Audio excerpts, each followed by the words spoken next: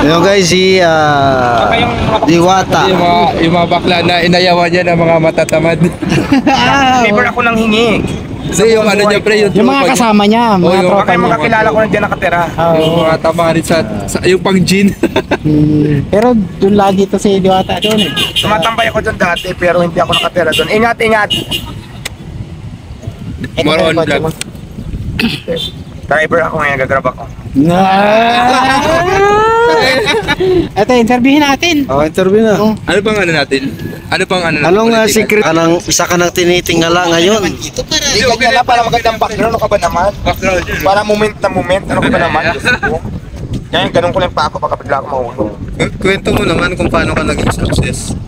Hindi ako successful. Eh wala akong ikukwento sa inyo. Ano bang tanong kasi? Pakilala ka muna. Ano to? Sinong kausap ko rito? Yeah. Sarili ko? Yeah.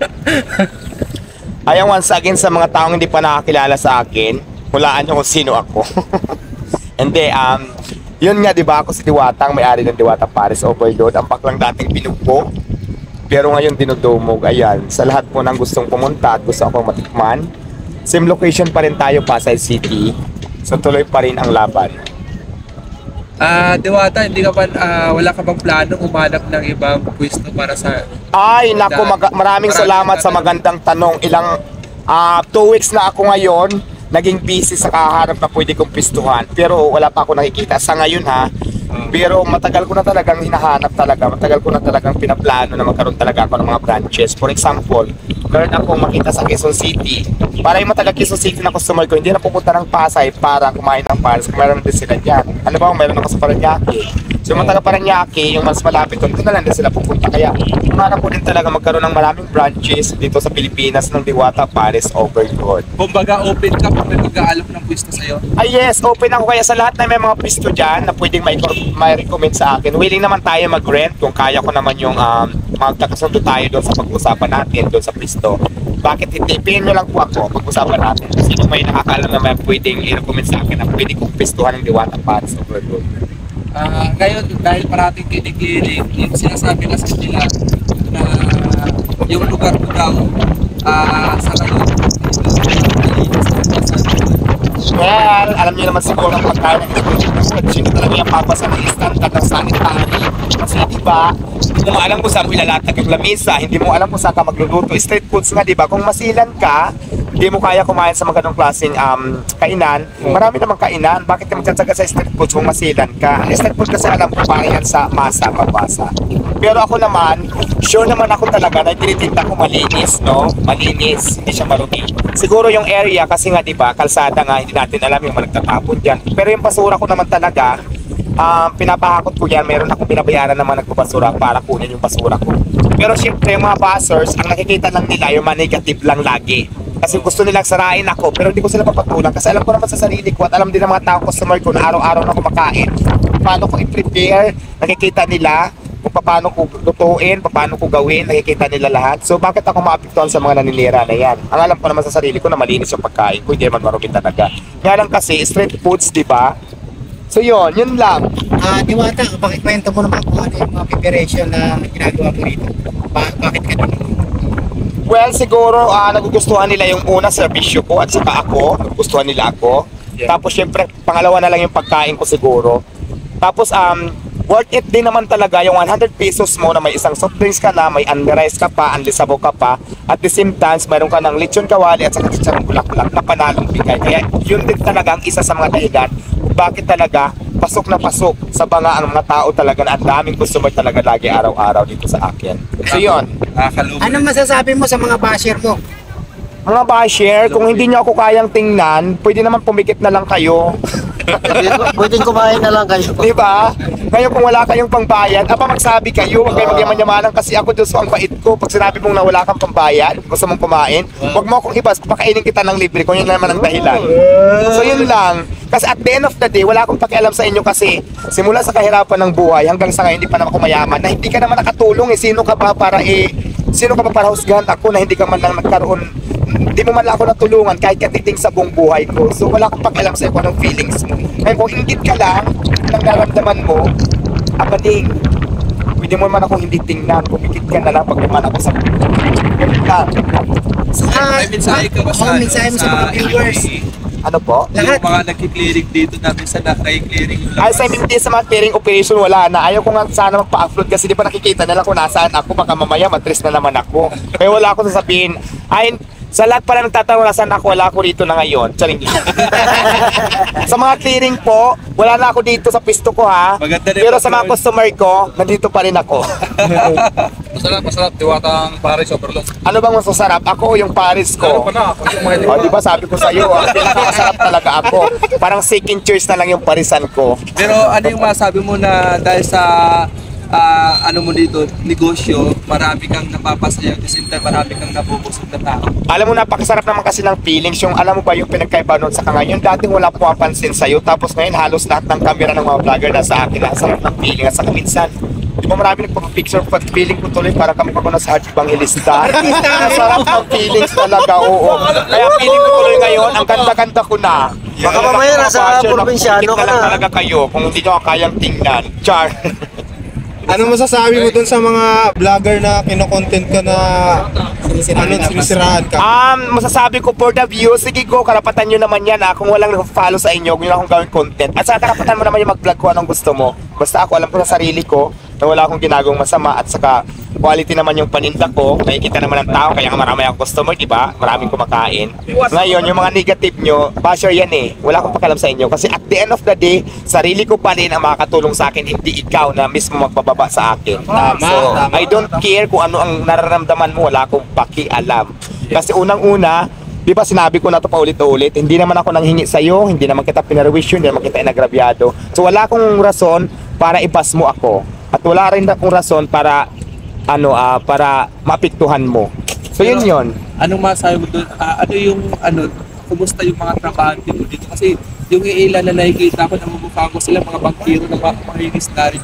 Ay hindi, kasi ako talaga, mas priority ko sa akin yung talagang kailangan ng trabaho. For example, yung mga dati kong kasama na walang trabaho, binibigyan ko ng chance para magkaroon ng magandang pagkakitaan sa patas sa pamamaraan, di ba?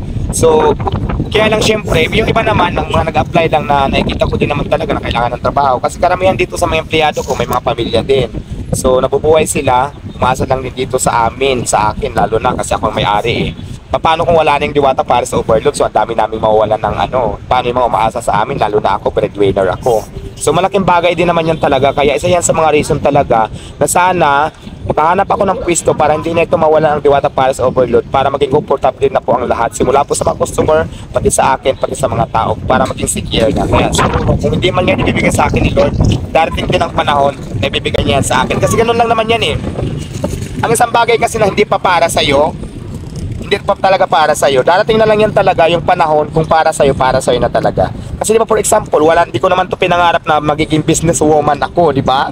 From pangangalakal to construction worker hanggang ngayon businesswoman na ako na hindi ko naman yan pinangarap talaga sa buong buhay ko. Nangyari na lang kasi nga binigay sa akin ni God. So naniwala ako doon. So ano masasabi mo sa mga manonood natin yung think positive sa lahat ng mga viewers? Yun nga, ang natutunan ko rin sa payan, think positive lang, sabi nga ni Chinkitan, di ba? Think positive lang tayo lagi. Pag negative ka, out ako dyan. Sa akin, nakita ko naman doon nagpapasalamat sa'yo. Nakita kami kahapon eh. Nagpapasalamat sa akin. Siyempre, ikaw ba naman, bigyan ka ng cellphone, di ka magpapasalamat? Diba? Sabi nga nila, pag nakatanggap ka ng blessing, just say thank you. So, ganun din naman yan. Kahit alangan naman hindi ka magpasalamat, masama pang loob sa akin, nagkaroon ka na nga ng cellphone. So, normal naman yan talaga na magpasalamat ka talaga kasi nagkaroon ka ng cellphone na piligay ko. Hindi ko naman sinusumbat, no? Pero I mean, tama lang yan talaga na magpasalamat ka sa akin kasi nagkaroon ka ng cellphone ng dahil sa akin na wala kang kahirap-hirap. Paki-shoutout daw ng mga viewers around the world sa Pilipinas. Shoutout po na sila. Shoutout po sa lahat ng viewers na kanya-kanyang lugar ngayon sa ibang bansa, sa lahat ng viewers sa buong mundo, kung nasaan pa kayo ngayon ng kahit mang mundo. Kung gusto nyo kumain sa Diwata Paris Overload, pumunta lang kayo sa location pa rin tayo, Pasay City lang po sa ngayon ang aking pwesto. Wala po ako ibang pwesto, Pasay City lang. Kasi maraming nagtatanong, mayroon ako mga branches sa ibang lugar. Wala pa, naghahanap pa lang ako. Siguro may mga kumaya na sa akin, hindi po ako yan. So siyempre, ako pa rin ang original. Diba? May kumaya may nakita ako. Ano yun, ang tawag doon? Diwata rin eh. Ang tawag doon, pirated, di ba? Ako pa rin ang original. Kumbaga parang pirated lang sila. Kanapatan naman nila yung nagayahin ako. Ang gusto ko sana mangyari, hindi hindi lang yung paninda ko yung gayahin, pati lang yung mukha ko gayahin yun. Para di ba? Ang saya-saya siguro. Di ba, Ata, kung sakaling babalik si Otlog, tatanggapin mo pa ba? Ano? Kung babalik si Otlog, tatanggapin mo pa ba? Ano nga ulit? Hindi ko marinig. Nabi. Ano? Nasaan na ba yung CP na niregalo mo sa kanya? Ay, hindi ko alam. Yun ang tanungin mo, si Utlo mga hanapin mo. Babalik Kasi pa ba siya? since na binigyan ko sa ng cellphone, di na kami nagkita. Kaya hindi ko masasagot yung tanongin ko. Nagkita nasaan na kasi yung kami, cellphone. Ngayon, kasi namigay kami ng hanapin ulam. nyo sa tanongin nyo kung nasaan na. Hindi, yun naman talaga. Ano lang yun? Kumbaga kasi ako, si Utlom kasi talaga, nakikita ko siya nang hingi-hingi. Tapos sabi ko, dahil kilala ka naman sa social media, kung may cellphone ka siguro, kasi uso naman yung vlog-vlog ngayon, at using Facebook, saka social media platform, para kumita ng pera, may chance ka. So ang ginawa ko, sige, kung hindi mo kayang bumili ng cellphone, bibilihan kita, magagamit mo ito pang vlog. At the same time, mas masarap pa rin kumita ng pera, pinaghihirapan. Bigyan kita ng trabaho dito sa tindahan ko, may sahod ka araw-araw, tapos magpa-vlog-vlog ka. So yun, di ba, hindi ka na manghihingi. Kaya lang syempre, umuulang siya, tapos after na mo ko yung cellphone, hindi na siya nagpakita. So ngayon, wala na akong magagawa kung ganun talaga, sa ka-choice nila yan eh, kung yun ang gusto nila gawin sa buhay. Basta ako, ginawa ko yung part na gusto ko makatulong sana sa kanya. So wala naman tayo magagawa kung yung taong gustong tulungan natin, yung sarili nila mismo ay nilang tulungan. Wala tayo magagawa doon. Agree ba kayo? Yes, May agree. issue daw, sakit lang. Anong issue? Sabi nila hindi daw malinis yung pagkain na binebenta mo. Ayan, total vlogger naman kayo. Ayan, videohan nyo lahat. Ako naman open ako sa lahat ng vlogger. Kasi lahat ng panis ko na yan, kung paano ko yan lutuin, simula sa sabaw, lahat yan ay malinis kong ginagawa. Siguro yung area, kasi di ba nasa kalsada nga kami, alam nga naman, may nagtapon doon ng basura, ako pa rin. Pero nagpapalinis ako, di ba? At saka kung may pisto ako talaga, makikita nyo talaga yung naka-organize yan lahat. Kasi dito nga sa ngayon, hindi ko alam kung saan ko ilalatag yung lamisa ko, hindi ko alam kung saan ko lulutuin yung luto ko. Pero lahat yan malinis. Ngayon yung mga basher na yan, nag-upload ng mga basura dyan, sinasama sa pagkain ko. Naiinggit ang mga ito. Ay yes, parang gano'n nakikita ko dahilan. Kaya nga sabi ko kanina, kung ingit kayo at hindi ko kayang tingnan, pwede naman kayong pumikit na lang. Saka wala akong pakialam sa nararamdaman nyo. Kasi sinabi ko na to, at the end of the day, sarili ko pa rin ang makakatulong sa akin. Kayo mga basher kayo, wala kayong ginawa ko doon panghila pababa. Yun naman talaga ang real talk. Wala akong pakialam sa inyo kung anong gusto sabihin. Basta ang alam ko, malinis ang tinda ko. At nakikita naman ng mga tao kung paano ko pa rin i-prepare. Paulit-ulit ko yung sinasabi ko. Nasa kanila yon kung nakain sila o hindi. Basta lahat dyan, open ako sa mga vlogger, sa lahat na wala akong tinatago. So yun, kayo mismo andyan, tingnan niyo yung mga pagkain ko, tingnan niyo paano ang pinaprocess, pwede niyo siyang i-video at i-vlog at kayo na manghusga. Sabi ko nga, kung masilan ka, hindi ka sanay sa street food, maraming pagkain dito, malapit tayo sa Muwa, at hindi ka mag-Vikings, hindi ka mag-Max, hindi ka mag-Jollibee. Dito ka magsatsaga sa street food, tapos marami kang sinasabi na mapanglalait na negative sa akin. Kung negative ka, out ako dyan. Wala akong pakialam sa'yo. Basta ako think positive lang lagi. Sa bagay, kasi naman tayo magkaparehas ng pananaw sa buhay. Kung ikaw walang pangarap, ako punong-puno ng pangarap. Hindi ka magkaparehas. Sana lang, lahat ng ginawa mo at lahat ng pinaghirapan mo at lahat ng pagkakamali mo, ano yung mga balik na aral para sa iyo? Sa mga pagkakamali siguro sa buhay, kasi wala naman tayong perfecto, maging lesson and learn. Sana pagkakamali natin sa buhay ay natututunan natin. So yun ang natutunan ko. Hindi kayo nababalik sa Mag-selfing tulay. leksyon, mag-selfing leksyon yung mga pagkakamali natin kasi di ba wala naman taong perfecto. Lahat naman tayo may mali, nagkakamali sa buhay. So ang sa akin lang yung lesson and learn na natutunan ko, yung pagkakamali dapat natututunan natin para hindi na maulit. So ganun yun. Saan yung tirahan mo dati? Ay, ayan, kung saan yung kapakon tayo Grabe, napakalaki sa ilalim mo. Oh. Ano nga ulit yung tanong mo kung hindi na ako babalik sa tulay? Hindi ka nababalik sa tulay. Yes, kasi kung mayroon pagkakataon, kung nasa level 1 ako dati, nag-level up na ako ng 1.5 na ngayon, kumbaga nag-isang kalahati na hindi pa man umabot sa level 2, may pagkakataon ginagawa ako ng paraan para hindi na bumalik sa tulay, di ba? Pero kung why not, kung talaga nag-ipon ako tapos hanggang doon lang, bakit hindi? Kung yun naman talaga ang buhay ko, hindi man ako mayaman. Pero hanggat maaari sana, gumagawa ko ng paraan para hindi na ako bumalik doon. Di ba nakikita niyo man yung ipon, pero ngayon siguro for sure kasi nakabili na ako ng bahay. Wow, may sarili ka na. From tulay, bininta ko na yung tulay, tapos bili na ako ng bahay. So hindi na talaga ako babalik sa tulay, di ba? Tsaka ang mahal ng tulay, di ba? Ilang At saka doon sa mga nananalangin na bumagsak ako, Diyos ko, hindi na ako takot. Alam mo kung bakit? Mas nakakatakot kung mayaman ka, naghirap ka kasi parang hindi mo kayang tanggapin. Pero kung mahirap ka, umat contest, bumagsak ka ulit, naku, sanay ako dyan, Sanay ako sa lahat ng yan, kaya hindi na mahirap yan para sa akin. Kumusta pala yung nakasuntukan mo na dati sa tulay, nasaan na yun? Ay, wala na yun. Okay na, huwag natin pag-usapan yun kasi okay na kami doon. Nakamubo na ako, nakamubo na sila. Nakapagpatawaran na kaming lahat. So, okay na tayo doon. May time ba natutulungan mo siya para umangat din? Why not? Kung pupunta sila sa akin para kami magtulungan, di ba? Ayun, pwede naman pala. Ayan. Thank you. Ayan, Bago ang lahat, gusto ko lang sana i-promote sa inyo ang aking Facebook page. Yan. I-follow nyo ako, Diwata Paris Over Fan Page, ha. Huwag yung i-type yung Diwata Paris Overload kasi maraming fake account na nagpapanggap na ako. Ang followers ko pa lang as of the moment ay 63,000 followers. Diwata Paris. Diwata Paris Over Fan Page. Okay. Walang overload, over fan page lang. Tapos makikita nyo naman sa mga videos ko, lagi ako naka-live. Kaya legit talaga. Yung mga fake account, ninanakaw lang nila yung mga videos ko, nila-upload nila yung mga videos ko sa TikTok, at saka pinupost nila, ini-edit nila. Hindi sila edit kasi hindi sila nakapag-live. So yun lang. Mag-ingat lang sa mga scammer. Kaya ako pinopromote lagi yung Facebook page ko kasi baka mamaya kasi gamit yung pangalan ko mang scam, ako po ang masisira. Gusto ko lang linawin na marami pong fake account ngayon nag-upload sa FB page ng Diwata Paris Overload. Mayroon pang 200,000 followers na dyan, pero hindi po ako yan. Isa pa, Diwata, gaano kahirap yung naranasan mo sa pamumuhay sa tulay? Napakahirap, Diyos ko, lahat na ng kahirapan yata. From pangangalakal, tapos sa pagkain, sa tubig, source of income, lahat na ng kahirapan, mahirap talaga.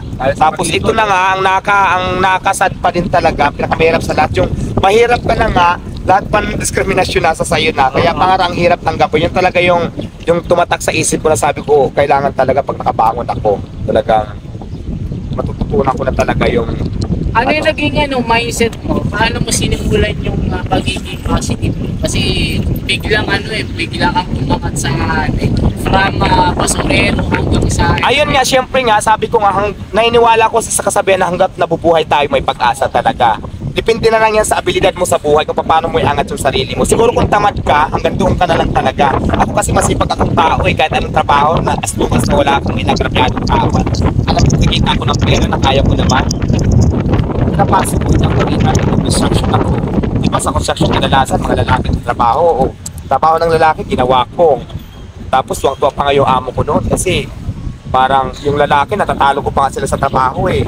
Favorite ako ng amo ko. Tapos yun nga dati, nag-pandemic nung construction worker ako, bawal kami, pinagbawalat ng construction. Doon ako nag-start magtinda. Hanggang ngayon, kinareer ko na siya, naging Paris na. Lahat doon nagsimula yun, pandemic. Hanggang ngayon na naging Diwata Paris Overload na siya. So maraming pagsubok, maraming nadapa muna ako talaga ng bunggap. Mas umango na lang ulit ako ngayon. Mabait lang talaga sigan. Basta hindi ka lang susuko sa lahat ng pagsubok na dumating. Ilaban mo lang, tuloy mo lang ang buhay. Ikaw ba yung nakapag-aral from grade 1 high school? To be honest, hindi po ako nag-aral. Undergraduate po ako ng elementary. Hanggang saan yung elementary? I'm only grade 2. Grade 2? Marunong ka naman magsulat. Yes, marunong ako magsulat sa kapagbasa. So anong pipiliin mo? Diskarte o diploma? Siguro kung bibigyan ako ng pagkakataon para magkaroon diploma, why not? Pero siguro pala school sila piliin. Kahit naman may pinag-aralan ka, kung wala kang diskarte, wala pa rin, di ba? So diskarte siguro sa akin para number 1 para sa akin. Lalo hindi ako nakapag-aral. So pipiliin ko yung diskarte. Kasi doon ko natutunan, di ba? Hindi ako nakapag-aral, diskarte ako. So ito na yung mundo ko. So, dahil sa diskarte, di ba? Nakabili ako ng futsi. Oo, di ba? Anong brand nyo to? Hindi naman. At least, di ba? At least. Sorry. At least may kotse. sasakyan, no? Yan, salamat po. Salamat po. Ay, Diwata. salamat.